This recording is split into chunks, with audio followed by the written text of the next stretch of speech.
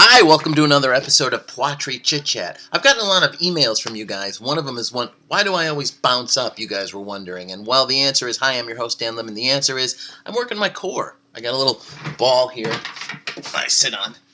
And so, really, the good thing about reading a poem and analyzing it, which is what we do on the show, is that you can also work your core. And that's what I'm doing. Today's poem is another brilliant poem, another prose poem by the great Matthew Zapruder. And I'll just read it for you now. It's called, Matthew Zapruder's poem is called 73 by Kim Adaninzo.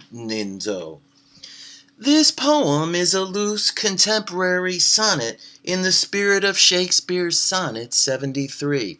Oh, it was published in the New York Times, and what I like about it is that it is self-referential. It's a poem, but it refers to itself as a poem. That's called being self-referentialness, and it's good.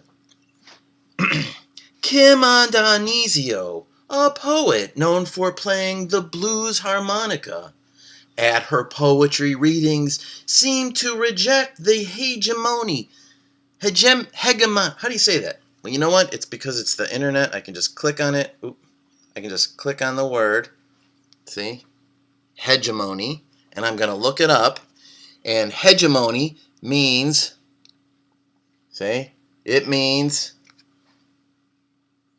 leadership or dominance, especially by one country or a social group above others. Okay, so this poem rejects the leadership or dominance of one social group above others, of high literature, stating her preference for The Glowworm, a song with its own complex provenance.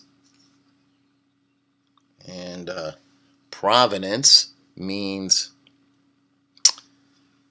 the place of origin or earliest known history of something, or an orange rug of Iranian provenance. So that's what's so great about Contem'ree Pwatree, is that you get to learn a whole bunch of new words. Adapted from the 1902 operetta La Traita and recorded by Johnny Mercer. The Mills Brothers and Others It features the unlikely parodic couplet added by Mercer, and that's a delightful thing that he does. He puts the ironic air quotations in to let you know that he's just being playful. Thou aeronautical bollweevil illuminate yon wood's primeval.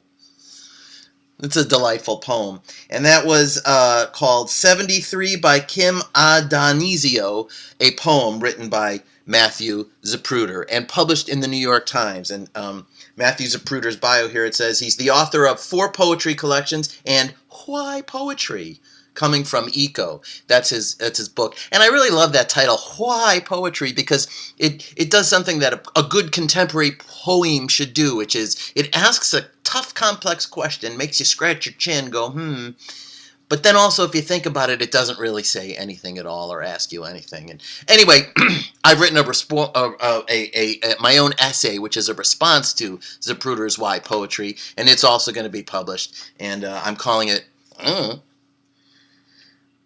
Well, that's it. Hang on. Had the wrong music. Well, that's it. Thanks for tuning in to another episode of Contem'ree Pwatree Chit-Chat. Do good work, sit down, write a poem, send it to the New York Times. They'll probably publish it, and they publish a lot of good stuff. I'll see you soon. Bye-bye now.